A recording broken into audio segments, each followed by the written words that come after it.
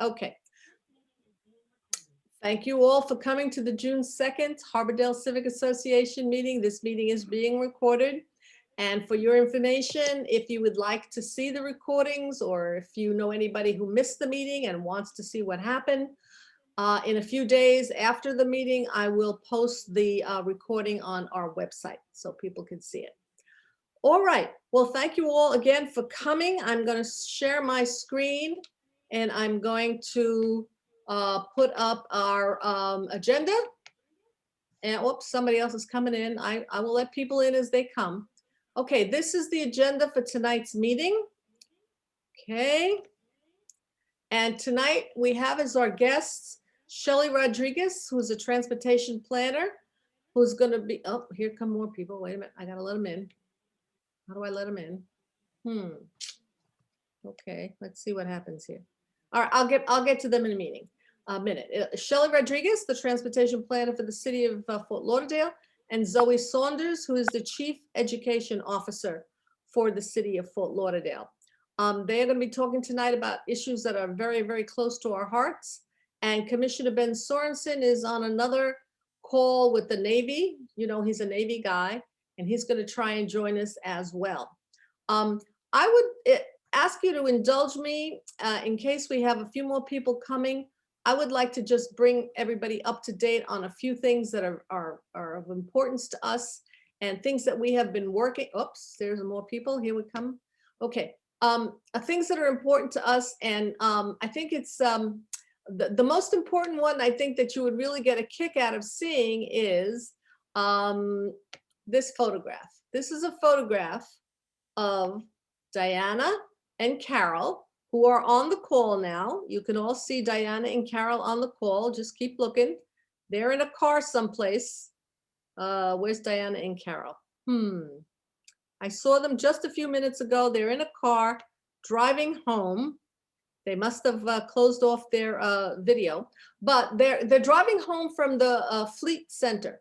And if you people have been following our Harbordale news, you know that we have been collecting supplies for foster children who are aging out of foster care and starting their own apartments. And we collected all of these items for, we were in charge, Diana was in charge of bathrooms and bedrooms. So we went out and we shopped, and thank you to Pam and to John. I bought some stuff. Carol bought some stuff. Diana went out and bought stuff, and then she also solicited donations of money. These are just some of the materials that we collected, and the Diana and I don't know why she stopped coming in. That Diana and Carol Soroto just delivered today to the Fleet Center for the welcome baskets. They produce these welcome baskets for these kids, and they give them, you know, like bedroom supplies and bathroom supplies and kitchen pots and furniture to start their own apartments, because these kids have nothing when they get started. They get turned out when they're 18, they have nothing, and it's sort of like they throw them into the world and they have nothing. And so this is our contribution to helping get these kids started in the right way. So that was one thing that we've been doing in terms of getting people happy and healthy through this crisis. The second thing that we've been doing is we participated in a program for homeless children where we collected whole bunches of boxes of clothes and shoes and books and things like that for the kids. And we, this is a photograph of me and Ben Sorensen at the event. We had these racks of clothes and these boxes of clothes, and we had hosted a whole bunch of homeless kids and their families to come in and participate and get this material. You know, this is these two people are from Rio Vista. This is Jay and Christine from Rio Vista. This is Marilyn and Melinda. I'm Harbordale. She's Downtown Civic Association. This is our commissioner, and this is Jorge, who is the head of the Volunteer Association, in the beautiful white evening gown. We had racks of clothes for people who wanted to get something for, you know, maybe there's a wedding they're going to, or some kind of, you know, event. and they have no money and no ability to buy these kinds of things. And we had racks of these wonderful prom dresses and wedding dresses, and everybody was just so appreciative, and it was just a wonderful, wonderful event. We're actually going to be doing this again next month. And if you would like to participate, I'll be sending around an email for members who want to participate in either donating materials. Go clean out those closets, ladies and gentlemen, and we'll pick the stuff up, and or you can come to Carter Park, where we put the material together, and we invite people to come and help themselves to these things that, you know, they wouldn't ordinarily have an opportunity to get. So those are two things that we've been doing in the community to help people get through these hard times. And I just wanted to take a few minutes in the beginning of our meeting to let people know that these are things that we do, things that are available for you to participate in. And if you want to get involved in helping the community in these ways, you just let us know, and we'll find a way for you to have an opportunity to participate. So having said that, and while I'm still waiting for other people to come to the meeting, we should get started. Our first guest is Shelly Rodriguez. Shelly, you want to wave? Hello? Hello, okay, that's Shelly. And again, she's the transportation planner. She's our transportation planner for District 4. And she's going to be talking about issues with Southeast 10th Avenue and Southeast 17th Street. So Shelby, you're on. I'm going to stop sharing. Okay. Hi. I'm Shelly Rodriguez. I'm a transportation planner with the Transportation and Mobility Department. I've met some of you already, but if I have not, it's nice to meet you. So I'm going to go ahead and share my screen. Marilyn, do you allow me to... I have to make you a host. How do I do that? Can you guide me through that? How can I make you a host? Hold on. I'm not sure if it's at the bottom where it says share screen, if there's any drop for it. That's sharing my screen. That's not going to work. In order to share the screen, you have to be a host. All right, hold on just a minute. Make a host. I got it. Make a host. Change hosts. There you go. You should be the host now. Okay, so I'm gonna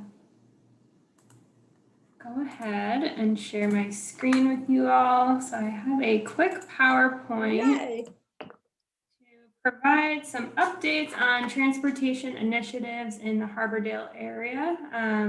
I won't take too much of your time today, but we did want to kind of give an opportunity to discuss this as a group and share with you what's been going on transportation-wise. So as Marilyn shared, one of the things that was brought to our attention was Southeast 10th Ave, which I have a map right here on the right.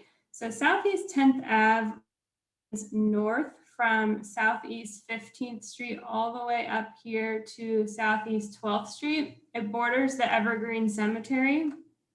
And what we heard is that really cars are not obeying that it's a one-way street.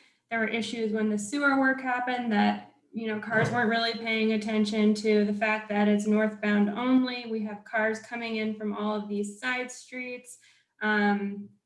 Also, there's an issue up here with Southeast 12th Street with cars not obeying that they can't enter right here. So Transportation and Mobility did a site visit with some of the Harbordale Association leaders a few weeks ago to visit the site and really understand the existing conditions.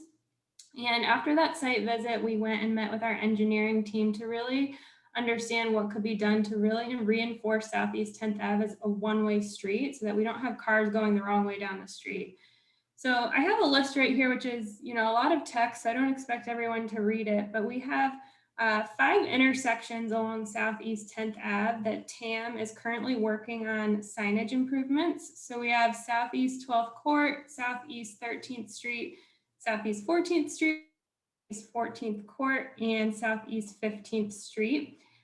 So we will be, we've requested that Public Works refresh the pavement markings at those intersections to really reinforce those stop bars so that when vehicles are approaching, they know that they're to stop appropriately. There's a few stop signs at those intersections that are faded and just in bad shape. So we've requested that the county replace those. And then one key thing that was really brought to our attention is that the neighborhood preferred the no right turn sign over the current existing left turn sign. So what's recommended is that we replace those left turn signs with no right turn signs. And that's really just right here. I don't know if you can see my mouse before right when you get to 10th Ave. On the other side of the street right here on 10th Ave, there is the one-way signage on those cemetery gates. Those will remain so that cars see it's a one-way going north and you are not to turn right. So that's really for these 4 intersections right here. And then Southeast 15th Street and Southeast 10th Ave on the northwest corner, there's currently a 2 Southeast 12th Street sign, which really is just directing cars that, hey, What's up, if you Carol? need to. Hey, can you let us get into the meeting, Diana and I? Yeah, I don't know how, I don't know why you're not in the meeting. Can you just try and get back in again and let me see if I Yeah, can? okay, now it's disconnected. Oh, okay, Launch the meeting. okay. Okay. Alrighty. I'm sorry. Am I interrupting this? Okay. Yeah, That's okay. I'm sorry. Carol's trying to get in the meeting. Carol, I gotta go. Okay. Sorry. No worries. We want everyone to participate. I know.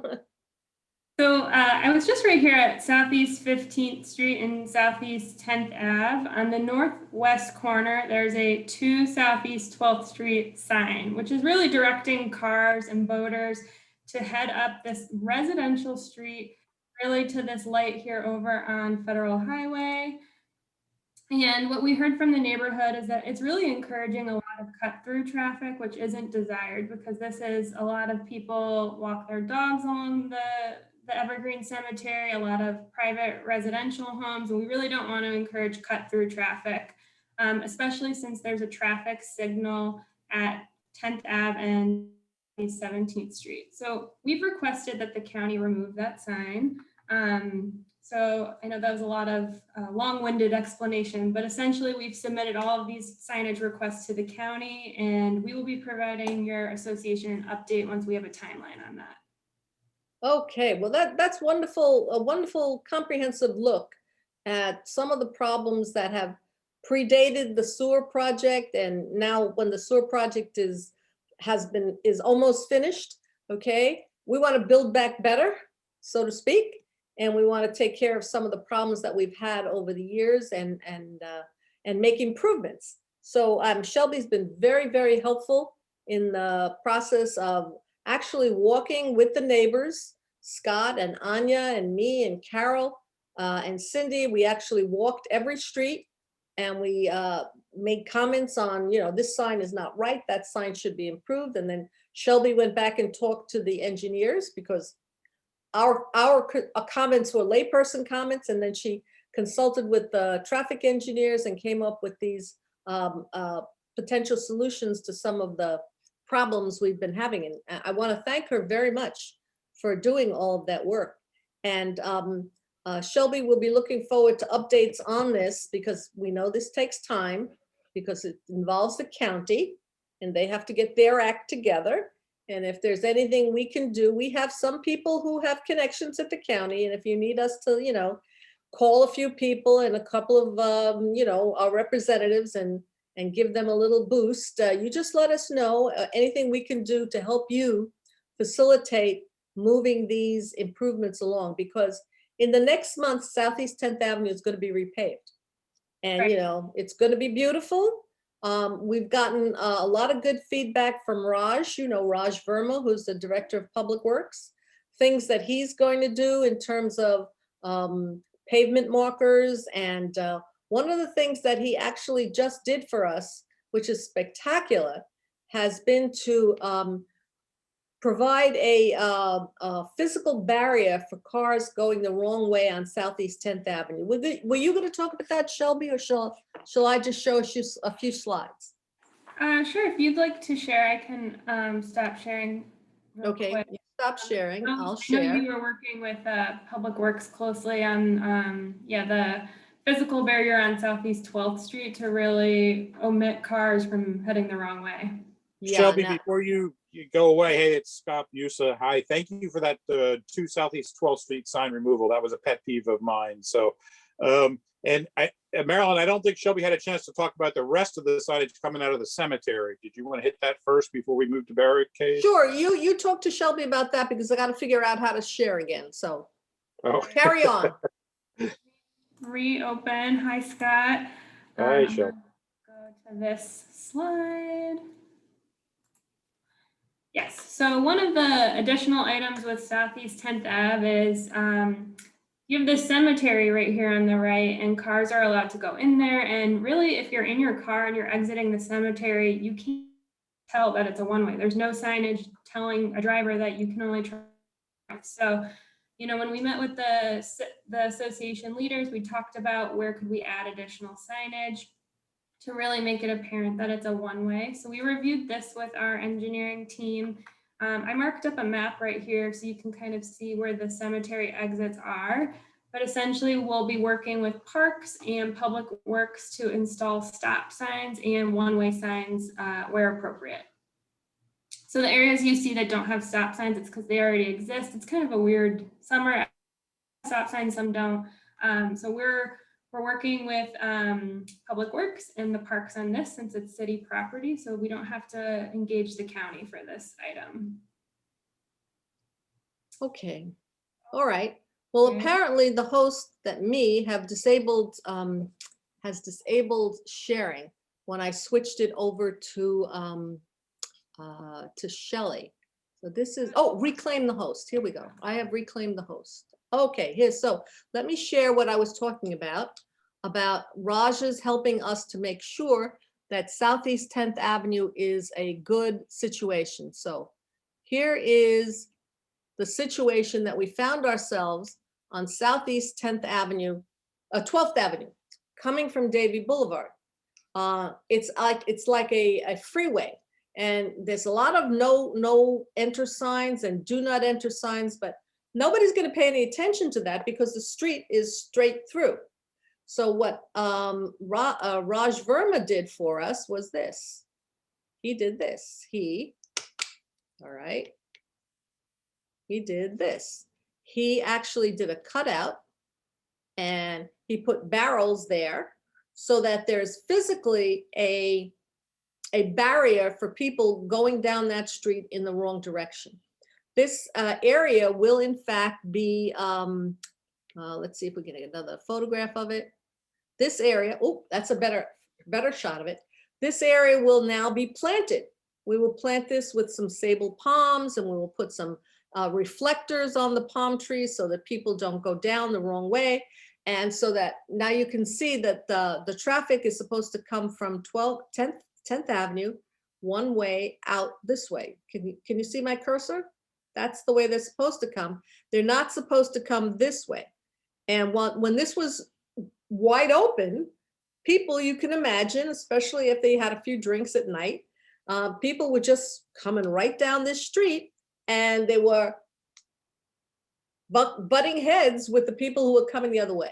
So this is going to be a major improvement, a safety improvement for people, to keep people from going the wrong way. You know, you see the wrong way signs, you see the do not enter signs, and you would think people wouldn't do it.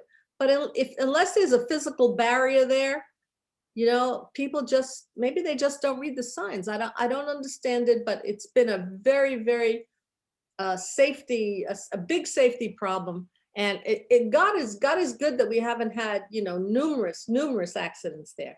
But now I think we're making real progress here. And I think once the street is paved and the street markings, pavement markings are there, I think we will have a much safer situation, which is a good thing, because now, again, we're getting a better situation than we had previously after the sewer project. So, Marilyn, I want to yes, point out safety. It's Scott again. Sorry, I'm Yes, not on Scott. video. that's all Hey, right. I mean, we had problems so much so that people would drive straight through there, right into that green fence you see way in the background. I mean, Right, they back were there. so out of the gone the wrong way, that we had, straight through into that neighbor in Rio Vista's yard from time to time. So hopefully we'll stop this, 3 or 4 houses ever before a car gets that far down the wrong way. So Right. So it's good for everybody. And again, this only happens when you work with people in the city and in good faith, with good intentions and within budget, of course. You can't do things that you can't afford to do. But I think we can very much say that the partners we've had in this project, the Public Works Department, TAM, the contractor himself, we are going to actually come out really, really much better on this than we were before. Of course, we have our beautiful plantings, which, I think I should mention, and this is really, really a nice thing to mention. The Harbordale Civic Association had agreed to supplement the budget for planting and landscaping along Southeast 10th Avenue. The city's contract only called for replanting the plants that were there previously. And if you remember what was there previously, we had a number of Alexander palm trees and some hedges, okay? And many people in the community, I mean, I can go and give credit to Scott and Cindy and Anya and Carol, and lots of people worked with the Parks Department to try and put together, and Bob Dugan, my God, I can't forget Bob Dugan. They all worked together to put together a landscape plan that was much more Florida friendly and had opportunities for butterflies and pollinators and different kinds of plants. And in order to get that done, it was, a significant amount of money additional to what the city had budgeted for it. And we had agreed as a civic association to contribute to the delta, to whatever additional money was needed. And David Mancini, God bless him, he said he'd split the cost with us. And he did. And when the plants were all finished, I called Thomas Lull, who's our treasurer. And I said, we got to cut this guy a check for our share, which was $2,000. So he said, well, who do I send the check to? And so I sent David an email and I said, David, who do we send the check to? We're ready to cut the check. Thank you very much. And he wrote back and said, forget about it. I'll take care of it. And so it was just a wonderful thing on his part to support the neighborhood and to take up the slack and to put in the extra money and the extra work and the extra time and aggravation to get a much better product than we had there previously. So we are going to have a big celebration in September. We're going to invite the mayor, we're going to invite the commissioner, we're going to invite the contractor, all the city agencies. We're going to have a party on Southeast 10th Avenue, and we're going to give him a plaque, and we're going to give him roses, and we're going to give him kisses. We're going to thank everybody who worked to make this project a really win-win for everybody. So thank you, Shelby. There's another thing that you were going to talk to us about tonight, wasn't there? Yeah. I'm going to get out of this. Hold on, I'm going to get out of this. Oh, here's Victoria. Okay, I'm going to stop sharing. So what else would you like to talk to us about? A quick update for Harbordale on your traffic box signals. So Southeast 17th Street is up next as our next kind of segment to receive the box wrap. So I have here a map that just shows the 5 locations where there's currently traffic signal boxes. So we have here where my cursor is, this is Southeast 17th Street. And the 5 locations that we have the opportunity for the traffic signal box wraps are Federal Highway, Miami Road, Cordova Road, 15th Avenue, and Eisenhower. So I'm just going to jump to my next slide. So really what we wanted to do is just kind of bring this forward to Harbordale to get your feedback and just to present this to you, because we really want you guys to be able to pick the artwork or the theme that you want for your traffic signal box wraps. Really, they're used as a placemaking and neighborhood identity kind of mechanism. So we have some examples on the screen. I'm sure you're all familiar with them around the city. So we have Holiday Park, Lauderdale Manors, Coral Ridge, Andrews Avenue, and downtown. So I'll just kind of quickly go over what the scope here is. So we're hoping to get Harbordale's feedback and have you decide on a theme or artwork that you'd like to use at those 5 locations. It's for this fiscal year. So we're hoping to get this to spend the money by the end of the fiscal year. Typically, we like to use stock art or photographs. So you can see some of these have stock art, like this is a turtle. We have this music theme right here. Downtown has bicyclists. Coral Ridge, they took photos at the ends of their canals that we were able to use. So if there's photos of Harbordale that you'd like to use, that's an option. The city does not have funding to commission an artist to do this, but I know some neighborhoods have funded that on their own. It could push us back into the next year if we decide to go that route, but that is an option if the association would like to commission their own artist. So the next steps would really be for Harbordale to decide what theme you'd like to use, what artwork you'd like to use at those 5 locations. City staff would then approve. We then solicitate, get a vendor on board, develop a schedule, and then install. Well, this is really good news. And I think the important person to talk to about this is Cindy. Cindy, are you on? All right, Yes, Cindy. yes, I am. Hi, Shelby. I've been working on this project for about 5 years with, I was with the Sun Trolley up in the Transportation and Mobility office. And at one point between, Karen Warfel, and at that time it was Alex, and then I think Kristen, I've sent in, I've got a bunch of artwork. We've decided, we've talked about this at our Harbordale meeting years ago. And I think we all like the idea that we do something like with the fish that are in our ocean, in our, off the Florida coast. So we have things like, one is, I've sent some to Maryland, but I've got a bunch of them because, again, we've been working on this project for a long time, and there was always some issue. One time it didn't get to commission, and then it got lost in the void, and then it was the big project that was going to take place on Cordova. So we were waiting for that before we replaced, and then it was COVID. And so now I'm delighted. I can't tell you how happy this makes me that Shelby has taken over and seems to be right on target with this. Shelby, can I either come by your office some point or send you some of the artwork that we have, and we can go from there? Of course, yeah, we could do in person or whatever you prefer. Are you at Transportation Mobility?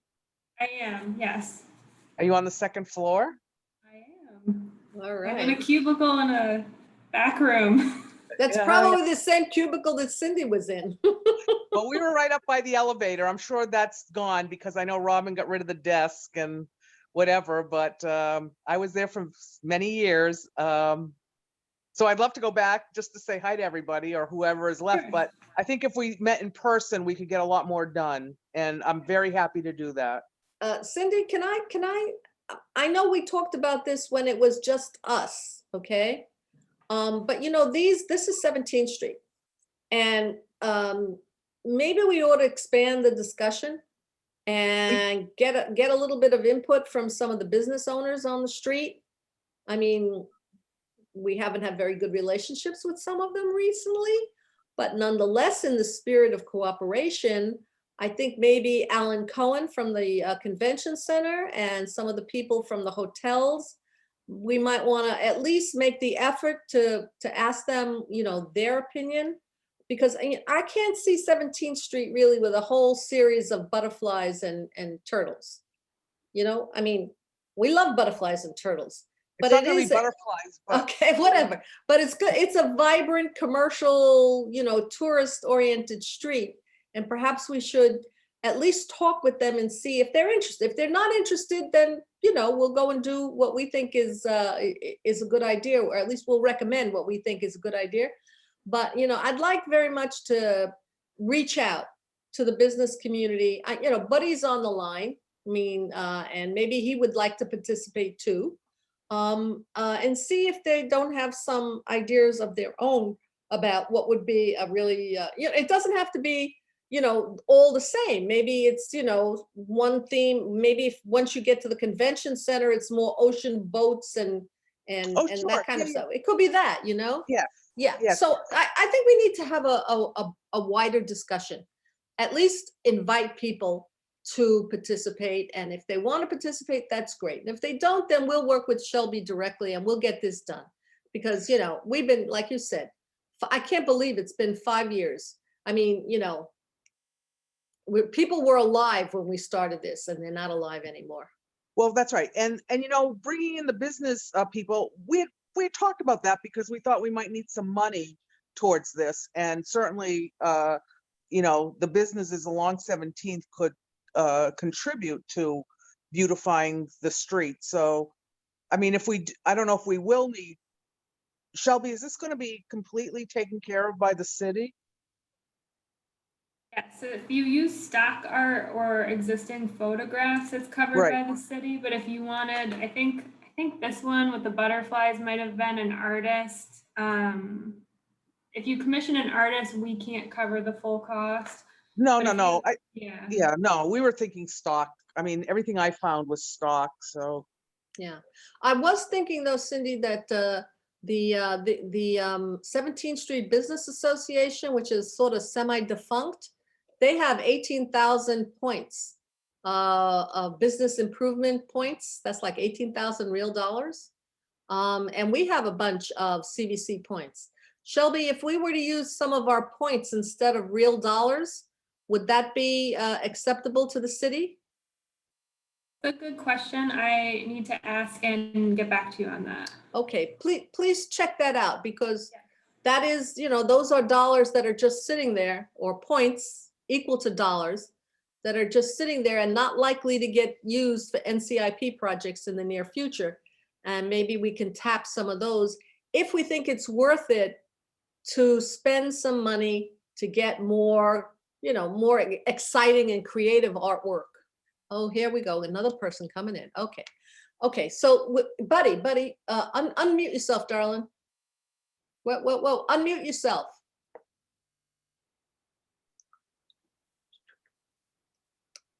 Yes, can I ask? I'm sorry, I'm slow with the mouse and the whole Yeah. thing. Can I ask how much is it to wrap a box? Approximately, or is there?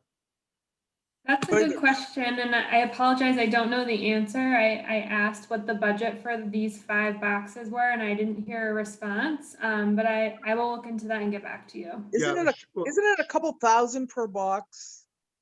That sounds about right, but I don't know. Yeah, I'm sure there's It was years ago. there must be a history of it, because I see wrap boxes around town, so I'm sure there's something. As far as in the finance part, I'm sure you could get some businesses to come into play with that. What is there? Is there 5 boxes? Yes. Okay, so 5 boxes, and if they're a couple $1,000, you're looking, whatever, we can, some businesses could contribute into that. Buddy, we don't need to pay to do the wrapping. All we need to do is to find some dollars for the artwork, to commission an artist. Yeah, well, And we that's, may not even need to do that, because again, there's some great graphics out there already that are free. And well, I mean, there's lots of artists, and I was just throwing it out there that some businesses would be more than willing Sure. to keep up. well, we've always thought that. I never thought we were going to pay for it, but because we get people, businesses. But I like the idea of Marilyn using the points. But Marilyn, I thought that 17th Street Merchants Group was long gone. Who's even? I have no idea. Buddy, do you have any idea if there's still a functioning organization? There is a new one coming online. Oh, a new one. Who? Yeah. Good. Well, it's just an alliance of small businesses, just so not very active. Nothing's really happened, anything, but whatever. Well, we're coming out of a very quiet period. Right. You're actually, just to stay abreast, to put in as much as they can put in their feedback, or just to be a little bit more in tune with what's going on, so we don't have any miscommunications like we did on the other thing, and it wouldn't be like that. We would Right, not- if everybody shows up with butterflies all the way up and down 15th Street, 17th Street, and the businesses say, what the hell are you doing with butterflies? Well, You want to be yeah, able to say, well, we talked to you, we told you we were going to do this. Exactly. So, Exactly. We're so in not other words, doing butterflies. All right, I It's just used okay. an example. right, so really, basically, it's just so that there's a line of communication between everyone, so we're all like in the same thing, because everyone wants this to go on nice, and everyone wants us to prosper and live well and do good. Some people's perception of that is different than others, so we want to make sure that we're all cohesive on that, right? Excellent. So that's the idea of having people, so that maybe someone can just direct them and tell them Right. what's going on, and then we could all have, like, someone would not say, well, Jesus, what the hell's up with that? Mhm. They would know ahead Okay. of time. That's great. Yes. There's an Who's- artist that has a studio in our neighborhood behind the bike store. And I have his email, so maybe I can email him and see if he's interested in doing it. I do know he's done work of this nature before in like Hallandale and stuff. So I don't know if, he charged for it or what, but if he didn't, maybe he's interested in helping out with this. Maybe we could get some pro bono work just for the recognition. Can I just say one more And thing? maybe Because not. it's his neighborhood. Yeah, one Yeah. more thing. I'm in the process of redoing the raw bar, and I'm doing it. The theme is saving our oceans, and see, it's going to be on top of the bar. So I have hired an artist to do the preliminary storyboard of it, with like mermaids and seahorses and what plastic is doing and what we got going on with that. She's very good, and she's done some stuff. So if you would like, I could approach her. Well, I think what we should do is we should talk with stakeholders first before we start going out and getting, bids. And it may turn out that the stakeholders are perfectly happy with stock, and that's the fastest way to go. But it may be that the stakeholders say, we'll take a little more time to be a little more creative, and we'll go from there. Good. But Don't forget- this is good. don't forget, This is good. Marilyn, What? You can take like there are, and Shelby, I'm not sure if they're wrapping, I know they're wrapping the 4 sides. At one point, years ago, when we were talking about it, we were thinking of leaving some of the back sides with, that was when I was with the Sun Trolley, with the map of the bus routes and information. But if we wrap the entire 4 sides, even using stock, you can combine 2 or 3 stock images to really make a dynamic box. That's all. Yeah. I just think there's a lot of great stuff in stock that won't cost us anything, and not even for that. I don't, because we've got money, we can get money, but I think there's some really good stock images. Okay, clearly we need a group of people who are interested in doing this. I know Cindy is one, Buddy is one. I would work on it as well. Anybody else who wants to work on this, just contact me and I'll put you on we'll get on a mailing list. We'll do a loop and we'll keep everybody in the loop on how this is going, along with Shelby, and we'll get this done. I mean, it's time. It's way past time for us to do this. Thank you very much, Shelby. This was our surprise for tonight. I didn't tell anybody about this at the board meeting, so they will all be surprised and happy. And you were going to give us one more item, and that was what's the progress on the raised intersection at Southeast 15th Street? Yes, so I don't have any images to share, but if you recall, we met with the association back in February. The city has funding left over from the Cordova Road Complete Streets Grant, which was canceled, but there is funding set aside. So Tam met with Harbordale and Lauderdale Association, Lauderdale Harbors Association, to kind of review what options could be implemented with that funding to improve Cordova Road.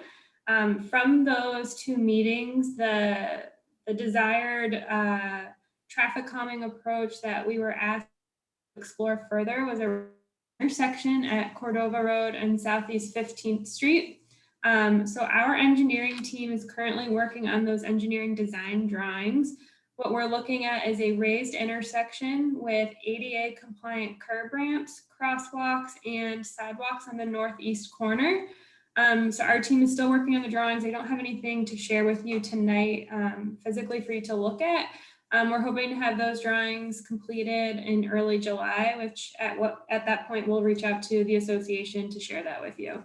Thank you, Shelby. That's really great. I mean, we're moving along on that portion of the project, which was a key public safety piece of Cordova. So at least we're moving on that. Yes, Cindy, you have your hand up? Yes, Marilyn, I'm not sure if Shelby does this or not, but I want to go back to 10th Avenue.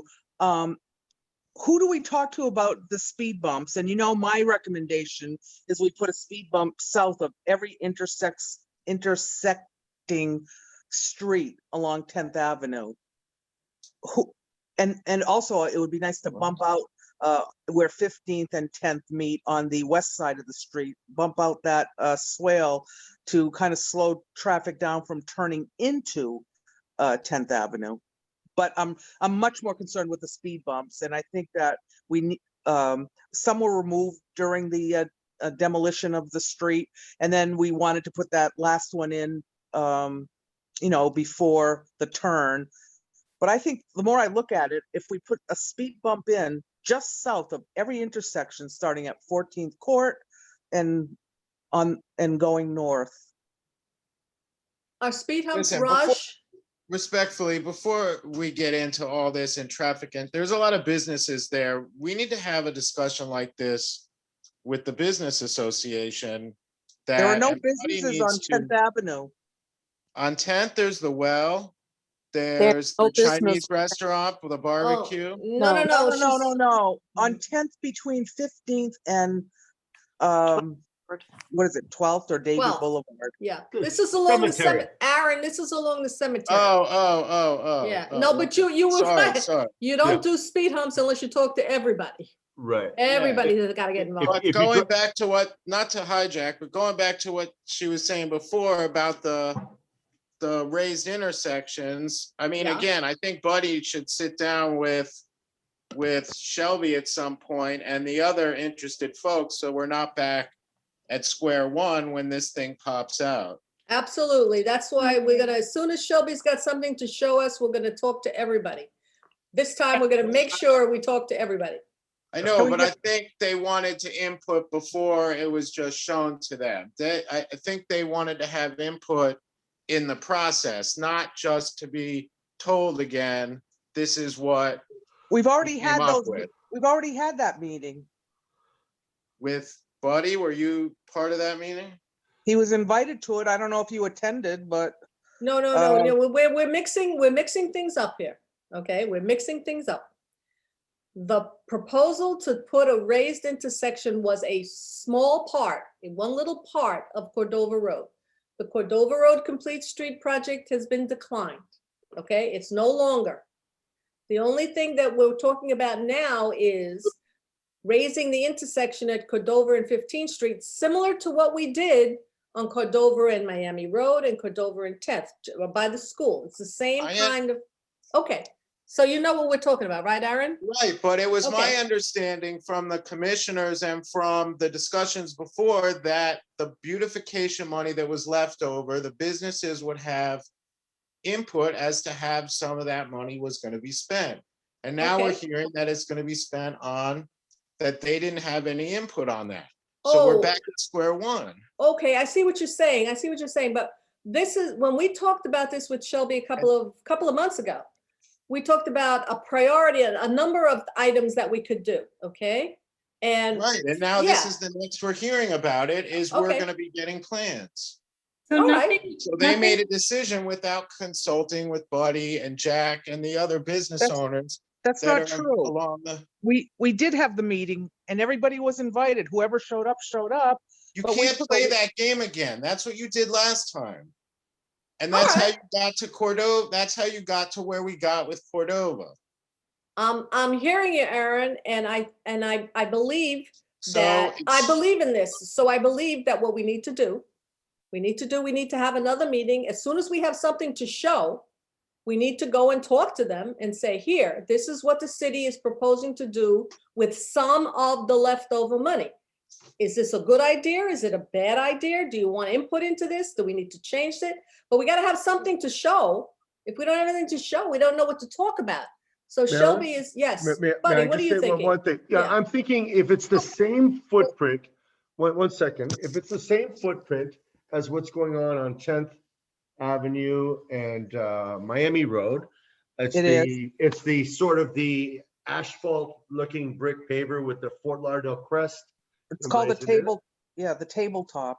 Okay, yeah, okay. So we know what it's going to look like, right? We know Yeah. what it's going to look like. All we need to do now, I think, is know how long it's going to take to do that, what kind of Okay.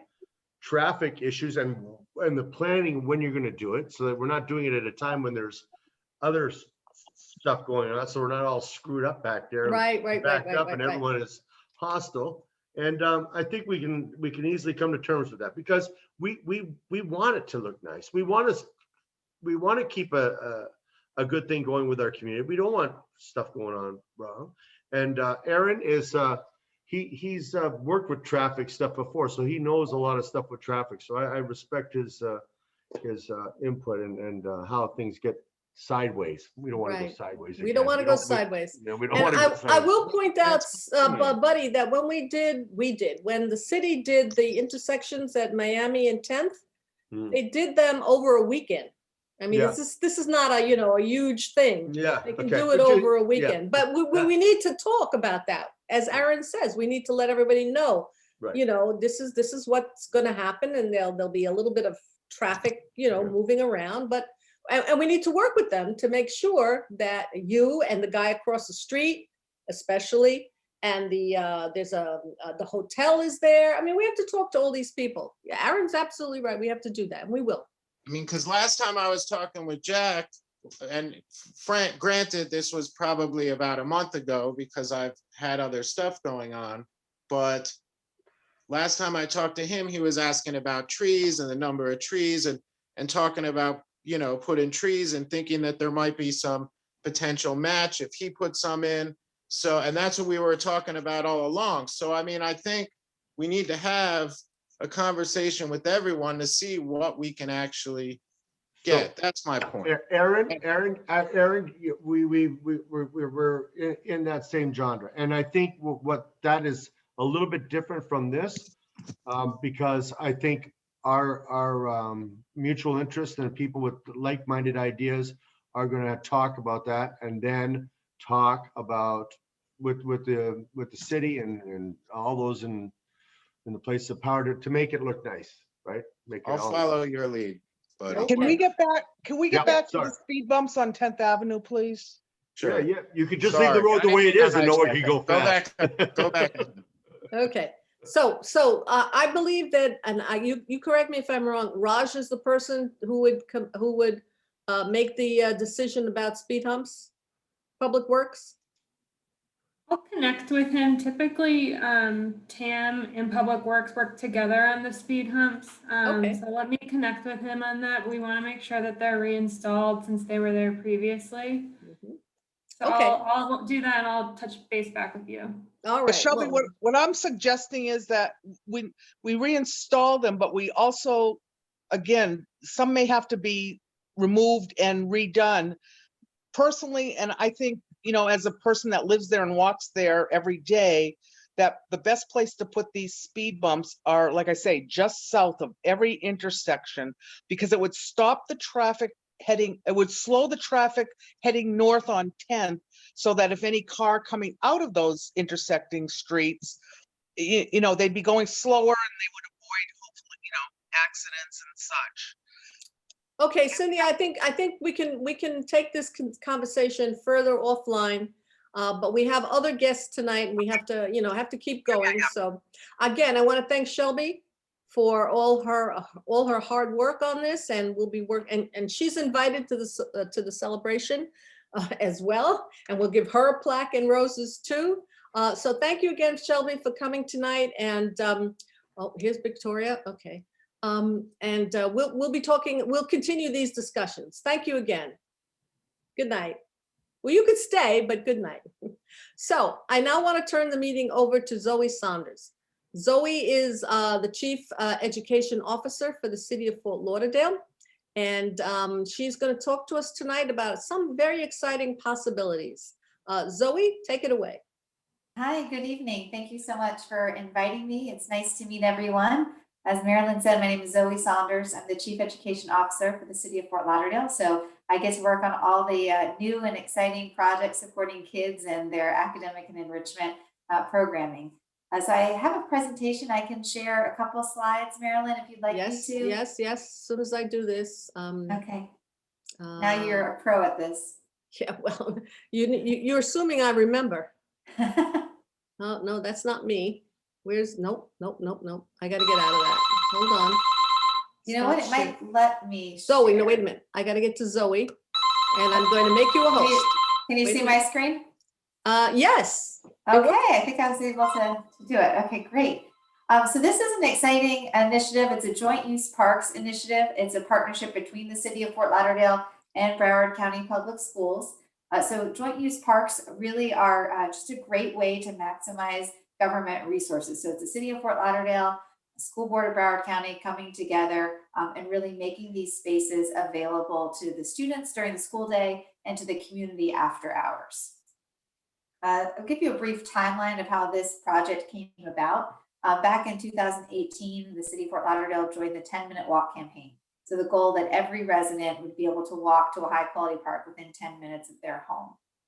We also at that point renewed our recreational license agreement with the school board to continue that partnership.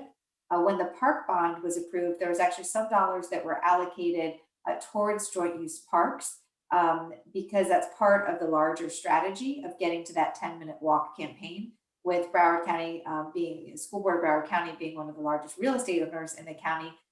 It makes a lot of sense to partner with them and make those spaces available to the community if we're able to put in some improvements for that work. Our Education Advisory Board has been very, very passionate about this project and really recommended that the city take a more concerted focus around joint use. And from that, we established a joint use working group between city staff, Broward County Public Schools staff, and that was all guided by input that was gathered from our Education Advisory Board and our Parks Advisory Board as we shaped the approach to this project. We did develop a scoring criteria, which I will share with you. The intent of that is to really look objectively. Our intent with this opportunity is to make as many joint use parks available and to prioritize improvements where there are park deserts and there may not be opportunity for the city to use those park dollars at city-owned property and increasing the amenities there. We've already started to implement some short-term projects. Bennett Elementary School is a new joint use park that came online. We had a ribbon cutting several months ago. We're also looking at several other projects of making those open to the community after hours with minimal fencing. So we're really at the point now where we're looking to finalize the project scope for the sites that we've identified. I'll just share with you kind of a high level how this process has come into play. There initially was a list of projects included when the bond went out for the voter review, and that was based on the 2016 Parks and Recreation Master Plan. A lot has changed in that time period. And so since then, in coordination with our Education Advisory Board and Parks Advisory Board, we really took the task of reevaluating the need in our current 2020 situation of park deserts and where we think additional amenities would be very beneficial to the community. This working group has been meeting with principals. There's been over, I think, 50 meetings with principals, multiple site visits, conversations with community members. Marilyn actually joined me at Harbordale Elementary School as we walked that property. And so it's been a very extensive process. We're trying to be fair about the best way to allocate these dollars for the benefit of the community. We're now at the point where we're looking to wrap up our public input meetings to really prioritize and finalize scoring for these projects. And another key time frame will be next Education Advisory Board meeting in July 16th. We'll actually be presenting the full proposal, and we're looking holistically at all school sites across the city and recommending how the projects are funded with the allocation that we have within the Parks bond. From there, the Parks Advisory Board will make their recommendation. It goes to public review and then commission approval. And we, as I mentioned, we're looking at this for all of the school sites that we are exploring, as opposed to doing one-offs, because we want to be fair with how that's distributed. So this is just another view, kind of giving you a sense of where we are. We're at the public input meetings now. This shows you a little bit more in terms of the timeline of what to expect. So we would hope by early winter timeframe that we would get to that commission approval. There might be opportunities to accelerate that along the way, but that's just to give you a view of when we would expect to have these projects finalized. I did mention some of the short-term projects, which require very minimal fencing. We can make those available pretty soon and get those online, and we're working with the school board to do that. But anything that would require investment from the Parks bond, that takes a little bit longer planning. So this is really the guiding principles by which we approach this project. Wanted to make sure we could establish as many joint use parks as possible, because it just makes sense that we would collaborate in this way. We want to use this initiative to build community and to demonstrate smart government. Where the school district and the city are all about serving our community, and this is one way that we can do that by leveraging the resources that we have in new and innovative ways. We took an approach to make a decision that's in the best interest of all of the parks, as opposed to looking, one-on-one. Looking at a citywide execution of this initiative. And also the idea of geographic equity was a real strong driver in this effort. We know that in our city, there are certain areas where there are park deserts, and it would be more beneficial for us to add additional resources there because there is a greater need. So all of those factored into our decision. This is just kind of high level, just to give you a sense of the kind of level of focus of the joint use working group. There was a lot of concerted and kind of methodological work involved in this to get to where we are. I wanted to share, this is the scoring criteria. We developed this with the working group, validated it with principals. It's been shared with our Education Advisory Board, Parks Advisory Board, and the intent is to come up with a quantifiable number for every school site to be objective around how to prioritize the use of funds. So there's three main buckets. One is community need. So in this, we look to understand if there is a park within a 10-minute walk of that location. But we also understand, if you look at a map geographically, that may be a little deceptive. Sometimes there may be large thoroughfares or other barriers that would prevent a young child or teen to walk to the park. So an example might be 17th Street. If you're looking at Harbordale Elementary, crossing 17th Street to get to Harbordale Park might be a little bit difficult, right? So that would factor into as we look at the scoring. We also look at there's another amenity that can be offered. So some schools have water access, which could be a new feature for the community. Others might have a basketball court that's not available at a nearby park. So all of that factors in as we look at the need. And then we also did a comprehensive inventory of the city owned and operated parks and looked at the various resources available there, looked at the playground, water access, basketball courts, all those things factored in to that analysis to get a score of whether or not that particular community has a low or high diversity of amenities. And then we looked at the feasibility of the school sites. And the main driver in feasibility is to make sure that there actually is access to the community. So if the school is really tucked away and it'd be hard to create that open access, probably not a good site for a joint use park.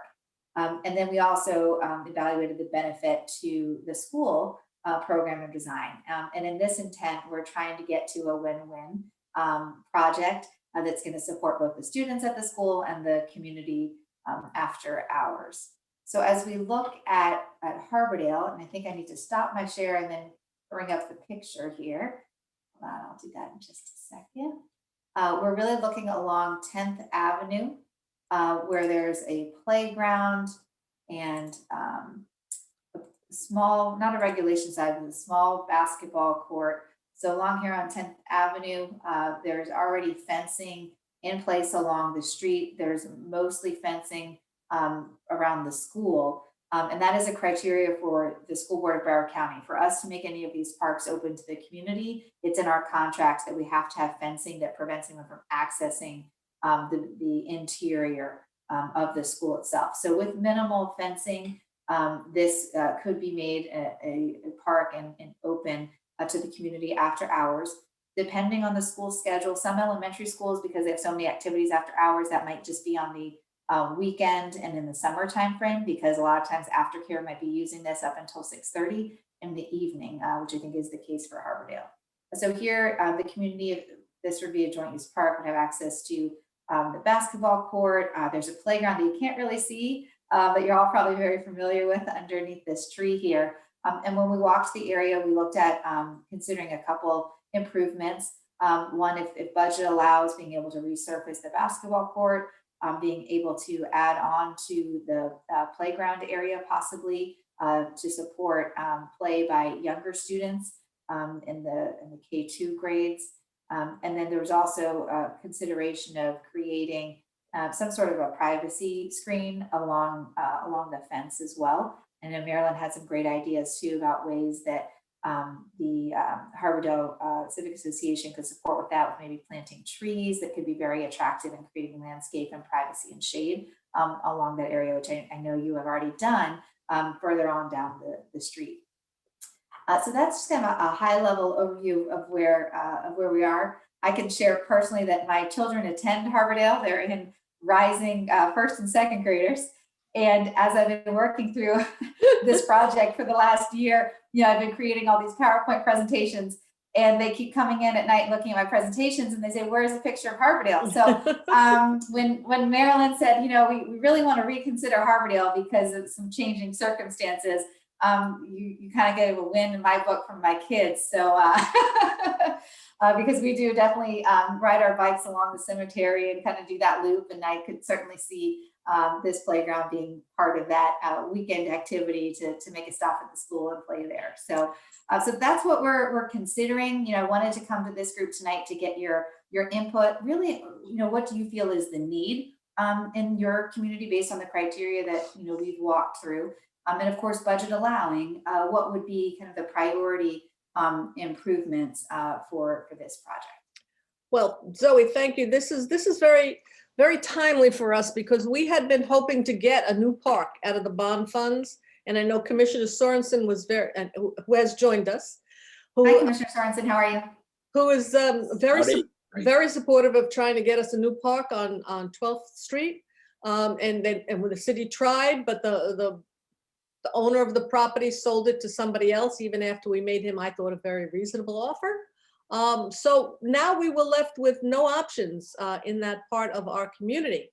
And as you rightly point out, we do have Harbordale Park south of Miami Road, which we love and we support, and we plant trees and we have events, put up bicycle racks.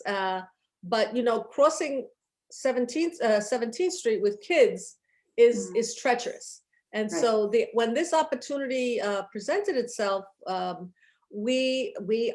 jumped on it to get the ball started. I'm only getting the ball started.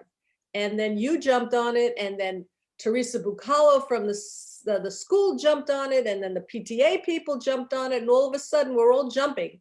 And it couldn't be better timing, because if we don't get on this new list, then we won't get the opportunity. And that new list will get to the city commission in September sometime, okay? Right. The Yeah. first recommendation for the scope of projects will be at the July 16th Education Advisory Board meeting. Right. And so, as I mentioned, Harbordale was not included in the initial project list when the Parks Fund went out, nor were some other parks that we've identified or in park deserts, because again, that was based on 2016 and things have changed since that time.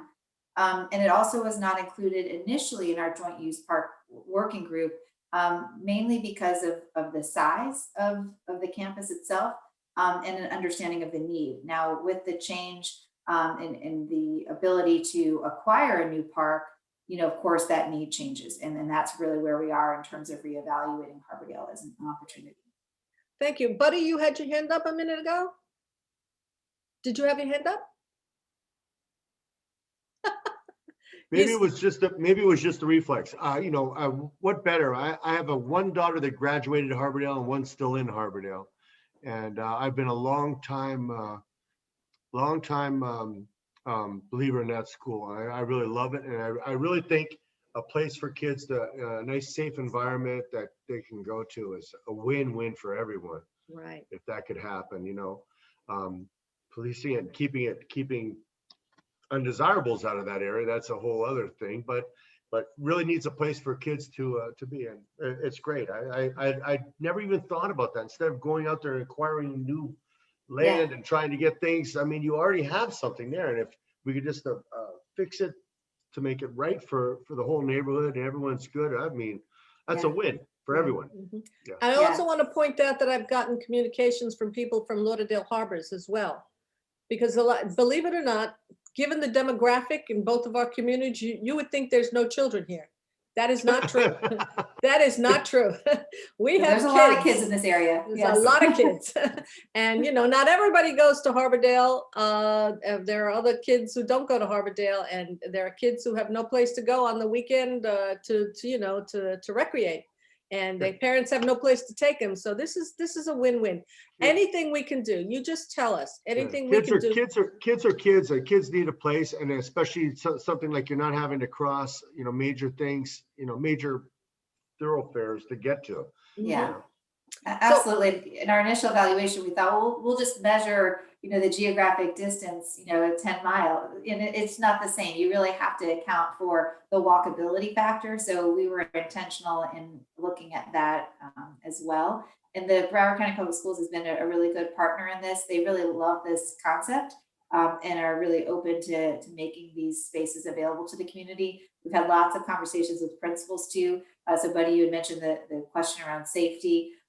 There's a lot of conversation we've had around that, and we currently have a number of joint use parks across the city without instance. And our park rangers work with the school staff to open the gates at the agreed upon time and close them agreed upon time. And there's a protocol for sweeping the area to clean up and all of that.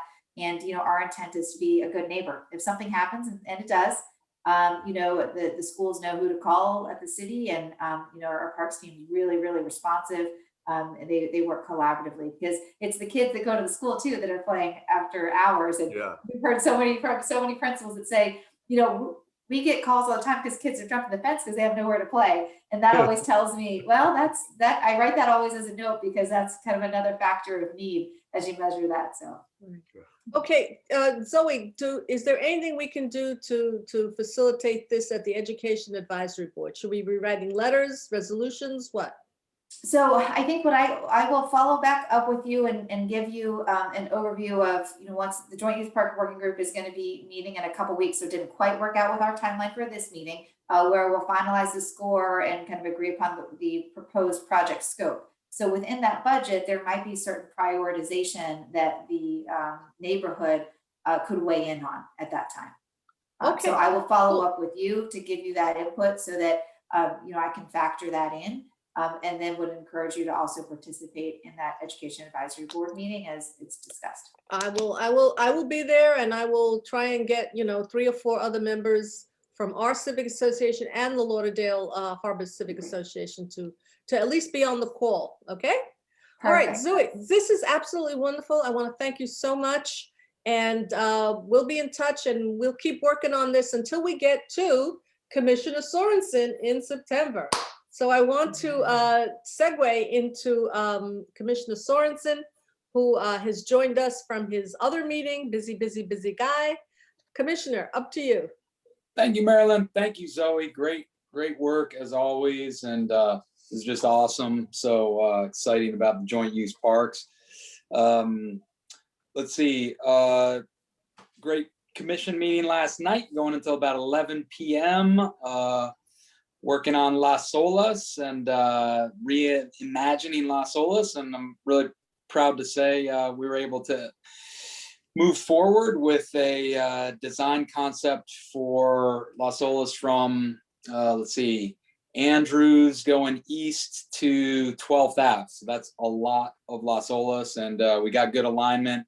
Our Cordino group, the engineering firm, is going to present us with kind of a clean design of what we all agreed to last night at our next commission meeting. So that's really exciting. And then we're going to workshop the rest of Las Olas from 12th to the beach for the next step. So that's all good. Obviously, you all have been working a lot on the 10th Ave and just all the projects around there. I've been working a lot on that. Spent a lot of time with neighbors right there at the corner of 10th and what becomes Davy, with the folks who were very concerned about what we would do there. And so we're so I think we're able to make some good progress. A couple thoughts there is that I learned about. So one, there used to be on the north side of the cemetery, on the alley, on the north side of the cemetery fence on that alley, there used to be continuous shrubs or bushes that gave some degree of separation from the cemetery to the alley. And there's a fence, as you know. But anyway, so I met with a lot of the neighbors there on the north side of the alley. And so we're going to work on replacing a kind of full landscaped side there to provide further buffering and just tranquility for those folks going to that portion is the Jewish section of our cemetery. And it's amazing history if you just walk through there. But anyway, so we're working on that. We're working on the north side of that alleyway, having a little bit of landscape buffering for some of those neighbors that are on that side. The plan for right now is just to keep the kind of triangular little lot that we've cleaned up and cleared up and keep that just grassy for right now. There, as you all know, there are the bollards there. Those, if they haven't been, I haven't driven past there in the last several days, but those will be painted blue. There will be reflective strips on them for visual cues. And we are not going to put in a guardrail. We've been sued by some individuals trying to force us to put in a guardrail, but we used to have a guardrail, but our traffic experts say bollards are great, and they argue it's at times even better fit for that location. So that's what we're going to do for the time being there. Let's see. Speaking of landscaping, if you walk or drive past 17th and Federal, this is an intersection I've been long working on in many different ways. One of the improvements you'll see is, it's not very visible right now, but there is there's kind of a hill there. There used to be a bus stop there, the bus bench there. So there's a hill there, and we placed some new landscaping there. So there's some short, what will be shrubs growing there anyway. So that's, I think, real positive, and I continue to work with CVS on a host of fronts there. Let's see, COVID, please get vaccinated. If you haven't been vaccinated, please get vaccinated. And just remember, our children, we have a 4 and a 7-year-old, they are not vaccinated. They're not indicated to be vaccinated yet. So we've got to be careful with our children and continue to prevent transmission to them. I'll stop there, Marilyn, for. Yeah, I was just, we're about to go into the summertime. And later in the meeting, we're going to talk about taking our summertime break in July and August and coming back in September. Could you just give us your impressions about how the city, in terms of the city budget, services, yada, yada, yada, how we have fared during the COVID crisis and how we're sort of coming out of it? And what do you see going forward? Yep. So very positively is the bottom line. So when this commission came into office, 3 years ago, we had a conservative approach to ROI and not transferring ROI and investing in infrastructure, but then also our reserves and being conservative on our financial reserves and growing those in a positive direction. And so as a result, through COVID, as a city, we did not furlough, fire anyone due to COVID impacts. And so financially, we've been in a very good position. We had our wonderful property appraiser Marty Kerr do a little bit of analysis for us and expectation of revenue and so forth. And we're looking very good in terms of expected revenues and so forth. So from a financial standpoint, strong going forward. Now, the question is always, do we want more? Do we want to pay for more replacements of all of our sidewalks? Do we want to push forward for more kind of CIP projects, which are needed roadway improvements and other projects? And so if we wanted a lot more of other, projects and initiatives like those, we'd have to get more revenue from somewhere, which would mean, drawing more revenue from our funding from taxes. But that's where we stand right now. We're in a very good position. Tourism, hospitality, strong. I mean, and Buddy obviously knows this much better than I do, but what I hear from restaurant owners is more workers. They're trying to get more workers. So I think we're heading in a good spot. We have about 15 open positions on the police department. We're looking at hiring more police. For fire rescue, we have a few open positions, and we're really spent a lot of time at our commission meeting talking about diversity in the fire department. We're not where we need to be, in my view, in terms of our firefighters representing the diversity of our community. We've got to do better. It's not acceptable where we are now. So Chris is going to be getting us a plan to do that. So I'll stop there, but that's kind of short of it. Oh, how about the police committee, the new police chief? Yep. Police chief is down to 8 semifinalists. 3 of those are internal candidates, 5 are external candidates. I'm a big believer of promoting from within. I just believe if we are a well-run organization, we'll have very strong internal candidates. If we don't have strong internal candidates, we're doing something wrong as an organization. So I think external candidates make a lot of sense if for some reason we haven't developed internal candidates, or if just culturally an organization is adrift, significantly lacking in ability and needing a complete culture change. I don't see our police department in that way. I think very effective. I've been working so diligently with our police leadership and Chris to make a lot of policy changes, body cam policies, use of force. I mean, we've done so many really good things. So I would love to see an internal candidate emerge from the 8. So we've got 5 external, 3 internal. Chris is going to narrow it down, or the search firm and Chris are going to narrow it down to about 4 finalists, 3 or 4 finalists. And then let me just look at my calendar here. Then the middle of June-ish, possibly, kind of June 12th, 13th, we'll see.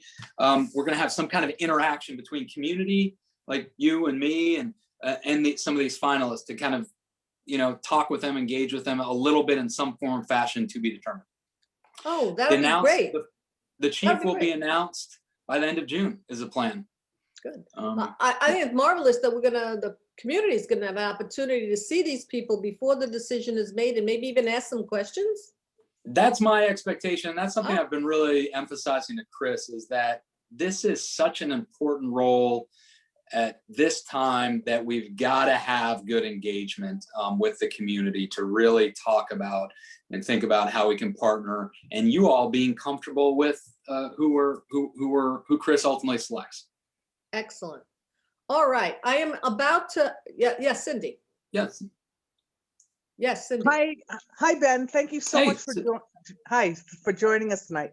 I just want to add on the north end of 10th Avenue, where the grassy triangle is now and such, that one, I don't know if it's possible, but I know Scott and I would love to be involved with any discussion regarding that, but I hope you know that the what our intention was always was to put in plants similar to what we planted along the 10th Avenue green strip. I don't know if you've seen that, but they're all native Florida plants, which is better all around for everybody. They take less water, they're more tolerant of everything, blah, blah, blah. All we wanted to do was put a few low ground covers, nothing extravagant, but it would be a much better fit. Turf is the worst way you could go. And it doesn't really fit in with our Fort Lauderdale, Florida friendly policy. So again, it was nothing dramatic.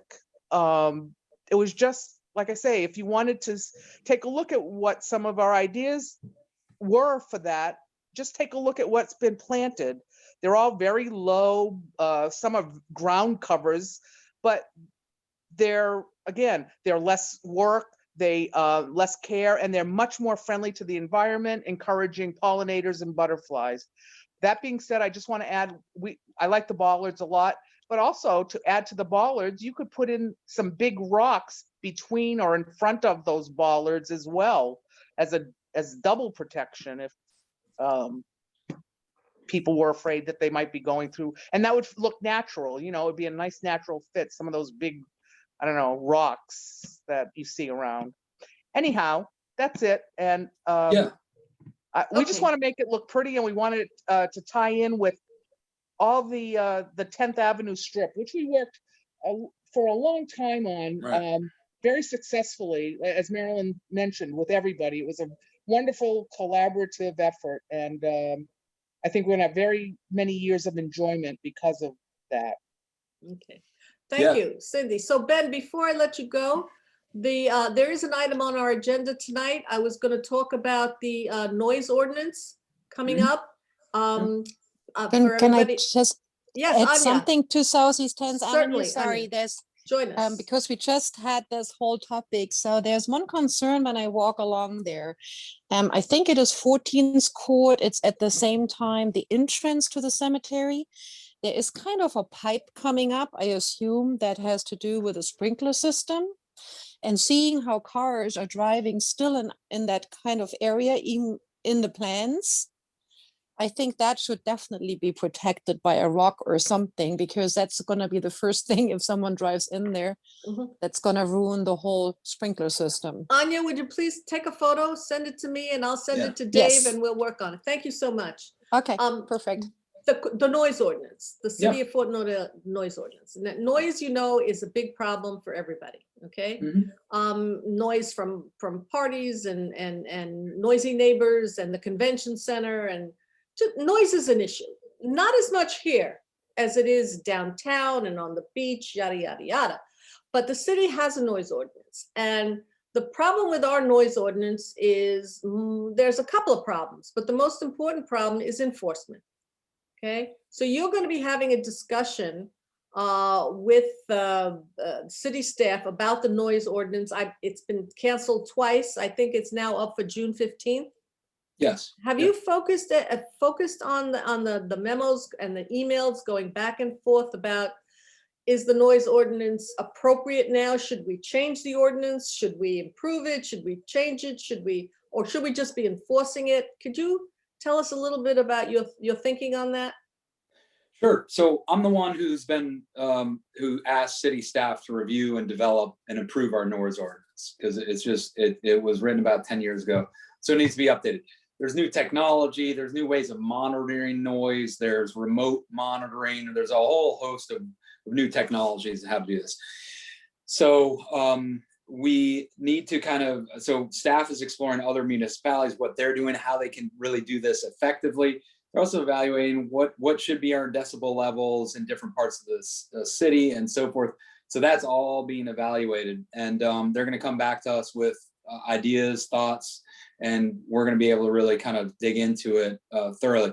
So yeah, I probably majority of any one issue, this is the issue that takes up most of my time. So yeah, I've read so many noise citations, different policies there are. I go to people's homes and listen to noise. I look at decibel. I mean, all kinds of good times on this. So who wants to be a commissioner and join me in this? Come on. So I'm getting very familiar with it. And it's interesting because it's this balance ultimately of enjoyment. There's constitutional right called quiet enjoyment of your property. Freedom and also respectfulness of people's. Exactly. Right. And we can do both. We can do, y'all are smart folks. We can do both. So it's just finding that balance and figuring that out. So that's what we're going to be digging into. You know, I feel very positive about it. And I think we can get there with both. And, you know, as I've told some residents of, you know, you're in an urban downtown core, there's going to be noise. So if having some noise is just not your thing, then it might not be the best place to be. Now, we're also going to be respectful. There's not going to be overwhelming noise and noise that disrupts the quiet enjoyment of your property. So that's where we're going to head. Okay, well, it's going to be a very interesting conversation, and I'm looking forward to listening to it. Yeah. All right. Oh, well, and then Marilyn, let me yes. comment on who is bringing up the 10th Street? Did she leave? What? Who just asked about was making the comment about 10th? Cindy. Cindy, yeah, where'd she go? Okay. She's still there. Cynthia, there she is. Okay, yeah. So Yeah. I like the idea of natural flora and fauna in that area, and I appreciate what y'all have done. So that's ultimately what I think we'll get to. There was concerns about this would be turned, not from me, but from some others, that this would be turned into a passive park and benches and so forth, which is not the case. So ultimately, I want to get to exactly what you're thinking of, Cynthia. I just want to give it a little bit of time, get this figured out, and then do what you're saying makes a lot of sense to me. Okay. Thank you so much. All right. Yeah. Thanks, Ben. We're going to let you go because I know you got to pop back to your other meeting. Good night. Thank y'all. All right. We'll see ya. See you soon. Okay. And I just want to point out Diana and Carol, who are sitting now in Diana's apartment and not in their car. Thank goodness they got home. And they had dropped off all the stuff. And ladies, we already showed the photograph of all the stuff that you dropped off and we talked about it. So thank you. I know you missed it. Okay. I'm sorry. All right, ladies and gentlemen, it's 8:32. And I think we've got most of the things we wanted to talk about. The most important one is that we are going to take our summer break. I want everybody to be aware. We don't meet in July and August, except for the board. But if there's anything comes up, you know how to get in touch with us. If you don't have my phone number, which I'm sure you all do, just go to the website and contact HCA and we'll get back to you. And before we leave this meeting tonight, I want to introduce a new member, Chris Superanet. Chris, can you unmute yourself and say hello? That's an interesting pronunciation. Can you hear me? Yes. How do you pronounce the name? It's Serpernot. Serpernot. Okay. Introduce yourself, Chris. Hi, I've been here since 2007, moved from Annapolis, Maryland. I live in Cromwell West. And tonight I'm here to talk about Southeast 15th Street from Cordova Road East. Is that time to go? Go right ahead. I'd like to talk about speed bumps. I was living here before they were put in. I think traffic calming is a great idea. However, the speed bumps that are here now do not enable anyone to drive the speed limit without damaging the vehicle. The speed limit on this road is 25 miles an hour. The speed humps are designed for 15 miles an hour. And they're even posted that as you cross Cordova Road onto Southeast 15th Street, you'll see a yellow sign on the right with the black border, which the city has put up, telling everyone that you should not go over 15 miles an hour. The implication is there'll be some damage to your vehicle. Lots and lots of boats on trailers use this street. They basically have to stop and creep over the speed bumps. They can't even do the 15 miles an hour. So I thought I was over at Rio Vista and I saw their traffic calming, nice 25 mile an hour speed bumps. And so I'd like to see about getting those installed here. Apparently there's been some objection to that. So I just wanted to meet you all and bring that up. It occurs to me that with all the sewer cuts and so forth that have been done recently to the street, that there'll be some repaving coming up, or at least I hope there will be. Oh, yes. Well, that might be the time to do it. It certainly would minimize, it seems like we would minimize the cost. So I guess the question is if y'all are in favor of being able to drive the speed limit without damaging your vehicles. All right. Well, Chris, thank you for bringing us to the meeting. Those of us who, participated in the last time around on the speed humps, those particular speed humps were forced upon us by the city. And they designed those speed humps specifically to allow the boat trailer wheels to go through the speed humps rather than having to go over the speed humps. I think it's probably not a bad idea to ask the city traffic engineers if they've changed their perspective on this. And as you know, we're very much in favor of speed calming in this area. As a matter of fact, we're actually talking with people about, Diana, this is for you, doing the speed humps from Cordova to Federal Highway. And there's lots of people on that section of road who've been, how come we don't have speed humps? All right. So we're gonna have this, big discussion with the transportation engineers about the speed humps on 10th Avenue. Anya wants this, it wasn't Anya, there was another, Bettina wants the speed humps on 12th Avenue. And we want speed humps going up and down Cordova. So this is a good time. This is a good time to bring this up to them. Have they changed their perspective on what kind of, what's the design, the best design of the speed humps on 15th Street? So I will bring this to the attention of the, and if you will want to join me in these meetings, be happy to loop you into this. So we will be talking to them about, is it time to think about changing the design of those speed humps? Or are they still committed to that particular design for the boats? And I also think we should talk to the boats peoples. We should talk to the people who have boats and the marina guys down at the end. What's their feeling about it? So yeah, this is the time. We should be doing it and we will do it. Let's make that one of our summer projects, Chris. How's that?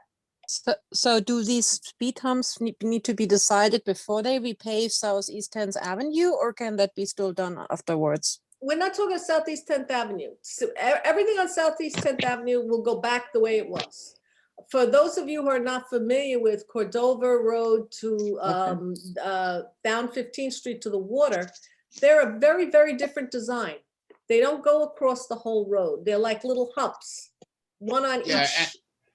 And I'll say on Miami Road between 17th and 84, before they repaved it, they had an issue, I believe, I don't have proof, but I believe that a lot of the holes, when you looked at where the holes ended up, they were like right after the speed bumps where people were going over them and and it was taking a chunk out eventually. And that's where they were having to patch a lot of, and it's a lot better since they repaved. It seems like they've handled that aspect of it, just like this gentleman said, where it's appropriate, it's more appropriate for the speed. Yeah. And the worst place in the entire city, I think, the speed bumps, they screwed them up, I think, in Sailboat Bend. If you ever go in there, they're like, it's crazy. I think people should take a look at the Miami Road 17th to 84. I think that the new bumps and the new markings are really well done. Yes. Yes. Aaron, you have a lot of expertise in this whole area of traffic. Are you familiar with the speed humps on 15th between Cordova and the water? Yes. Okay. Have you ever seen those before? I mean, those are like very unique, and they were done specifically to be boater friendly. That's what we were told. Right. Have you ever seen those before? In like parking lots, basically, is where I've seen them before. Okay. Well, when they put those in, Maryland? Yeah. When did they do? Oh my gosh, that's got to be like 15 years ago. Yeah, because I don't remember. Yeah, 15. I mean, I think, like you said, a good person to talk to would be Roshman, who owns the marina down there, who's part of the business group. I think getting him involved, and I can reach out to his folks. Would you please? We'd really appreciate that. Would you let him know we're talking about this? Yeah. Yeah, good. Definitely. Good. I'll reach out tomorrow if you give me a contact. I'll email me afterwards and I'll connect you. We'll talk. Excellent. Thank you very much, Aaron. I appreciate that. Marilyn, and Aaron, I would like to be in any meetings with this, because I'm telling you what we have seen here at our street. this whole community that I live in will go and just sit at City Hall because we're done. What we see here is 50 miles an hour. I would love to have 15 miles an hour. These people backing up, you're almost hitting each other. Okay. It is not safe here and nobody cares that you're backing out. As a matter of fact, they beep at you. It's gotten worse. I've only been here 2 years and it has gotten worse, not better. All right, it's time to review speed humps all around, and that's going to be the summer project. We will, make that our summer project. All right, ladies and gentlemen, it is 8:40. We're going to wrap this up unless there's something anybody wants to bring up that we haven't covered. Did you tell them how much money we, our Harbordale Civic, all of you that helped? I didn't have the dollar figure. I just had the beautiful photograph. Why don't you talk a little bit? We did like 1,500 plus and it was amazing. We just went in with my car was packed. So we want to thank all of you that participated with it. And then some people donated directly there. We had about $2,400 or $2,500 donated in checks directly to flight. And I believe I have to give them the dollar figure. Between our dollar figure and whatever else everyone else's dollar figures are, supposedly they're going to get a grant to match it. That matches whatever we donate. They have a grant that will match whatever was donated, and that's why they want the dollar figures. And then I'm just giving the names of the people that donated and the amounts that they donated, which is why I called you for that. And then they're just, the pictures tell 1,000, words there. They were really thankful. The children weren't there. And I want you to know that we left for our meeting so we can set up our own tour of the flight center for Harbordale Civic whenever we want to set it up, and they will they'll take us on our own personal tour. So thank you, thank you, thank you. It was very greatly appreciated. You all did wonderful. So thank you. Okie dokie. And specifically the people who are on the call that I know, John Z had bags of cleaning supplies. Pam Miller went shopping. I went shopping. And anybody, I don't think anybody else on the call participated with actual physical donated goods. No, Buddy was a contributor too. And so, Pamela and Carol. And Carol, I'm sorry, I didn't know. Okay, thank you to everybody, really appreciate it. And this is one of the many things that we do. And if you've got some ideas or some causes that you want us to work on, bring it on, and we'll talk it around, and we see what we can do, what good we can do. And Diane, I want to thank you for participating in the Leadership Academy. You are our second graduate. Pam Miller was our first graduate, and I have a new candidate for our next for the fall program, and that would be I think another lady from Village East is the next candidate. So you should all be thinking about if you want to participate in the Leadership Academy. We're talking now next year because the October slot is already filled. Okay, everybody, thank you very much for being on the call. Again, we will see you perhaps in person in September. I want y'all to start thinking about that because it may be that September is the day when we start meeting again in person. We'll have a party, we'll have cookies, we'll have coffee, we'll have chocolates, and we'll get to see each other again. Wouldn't that be great? All right. Okay, everybody, good night. And I will see you in September, if not sooner, much sooner. Good night, everybody. Bye-bye. Good night.